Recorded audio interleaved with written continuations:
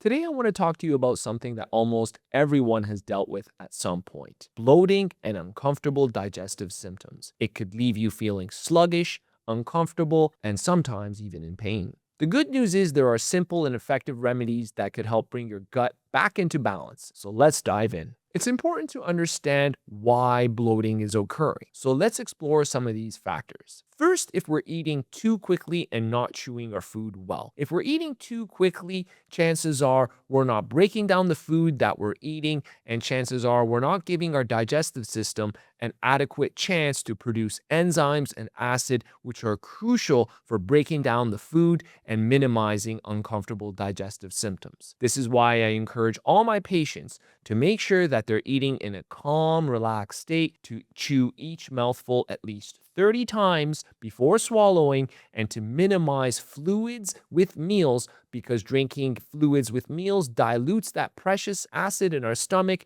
which plays an integral part in breaking down food. So a rule of thumb you can remember is limit fluids to sips and aim to drink at least 30 minutes away from mealtime. Next, we want to avoid foods that are potential intolerances, allergens, or triggers. These often include gluten, dairy, sugar, as well as nuts and eggs for some. Because if we're being exposed to these foods, chances are they don't agree with the immune system and can manifest as uncomfortable digestive symptoms like bloating. So, a good rule of thumb, if you're looking to improve your gut health, is to do a 3-week elimination diet where you're avoiding all of these foods entirely to give your gut a chance to calm down. Another variable that can contribute to bloating and uncomfortable digestive symptoms is something called dysbiosis, which simply refers to an imbalance in the bacteria in the gut. And if we have too much bad bacteria compared to good bacteria, this can manifest as uncomfortable digestive symptoms. And chances are we want to work on balancing this bacteria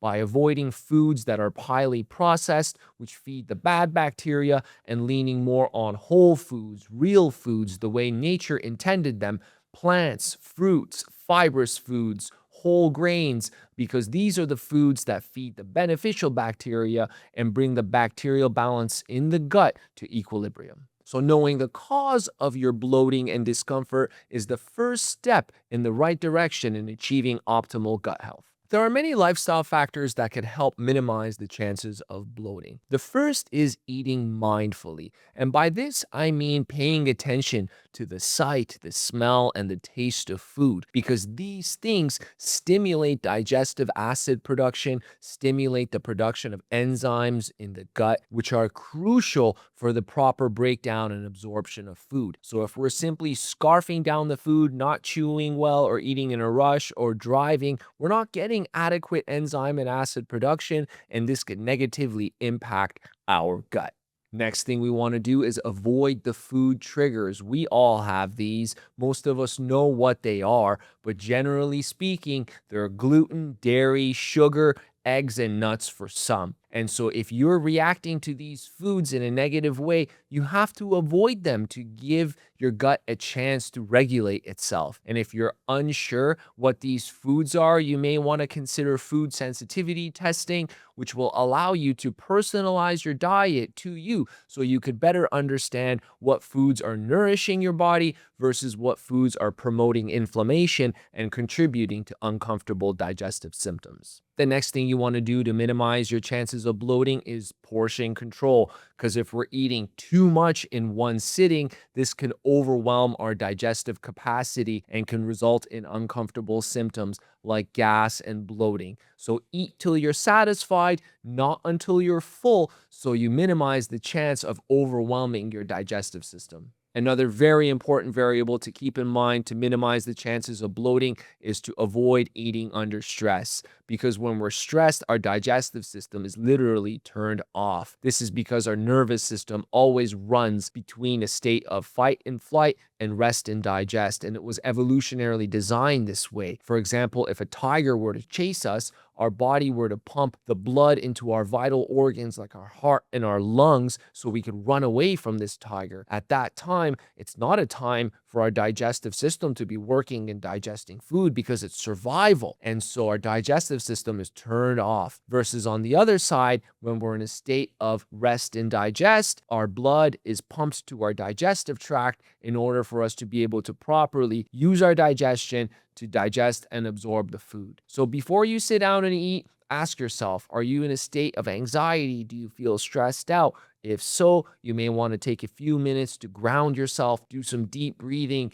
give a prayer, because these strategies could help shift your nervous system away from a state of fight or flight and towards a state of rest and digest, which could support healthy digestion. There are many herbs and supplements that could help with bloating and digestive discomfort. First are digestive enzymes. These include amylase, lipase, proteases, which are crucial for digesting or breaking down the food that we eat. Yes, our body produces them, but sometimes it may be beneficial to add some additional digestive enzymes if you're experiencing uncomfortable digestive symptoms. And this is something you can discuss with your doctor, because what these enzymes do is they properly help break down the food that you're eating so that the microvilli, which are like the finger-like projections in the walls of your gut, can more effectively absorb these nutrients and feed your body. Because at the end of the day, it's not what you eat, but it's what you absorb. So we want to ensure proper digestive function. There are also herbs that are considered bitters, which include ginger, dandelion root, gentian, and arugula. And these herbs stimulate your own body's production of digestive enzymes. And they can also be helpful if we're working on stimulating our own enzymes versus taking some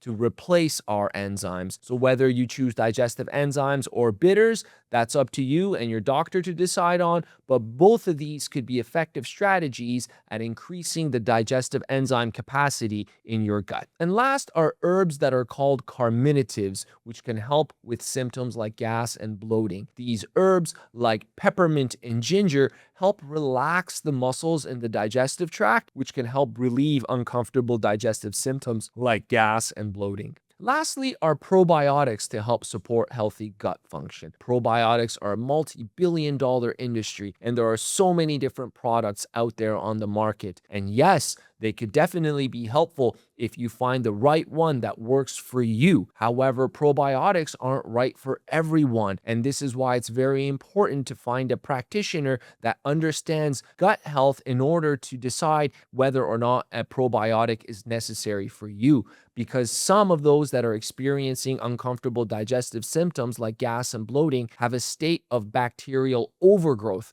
meaning there's too much bacteria in their gut. And if we add more bacteria to that gut, it could create further imbalance and continue to worsen their symptoms that they're experiencing. This is why it is so important to seek professional help and work with a naturopathic or functional medicine doctor to get to the root cause of your gut issues and put in a personalized plan to address your concerns and to reach your goals. These are some basic steps that you could take to support your gut, and I hope you found them helpful. And if you've implemented any of these strategies, comment below and let me know how they have helped you. And if you enjoyed this video, please like it and be sure to subscribe to my channel for more videos to come.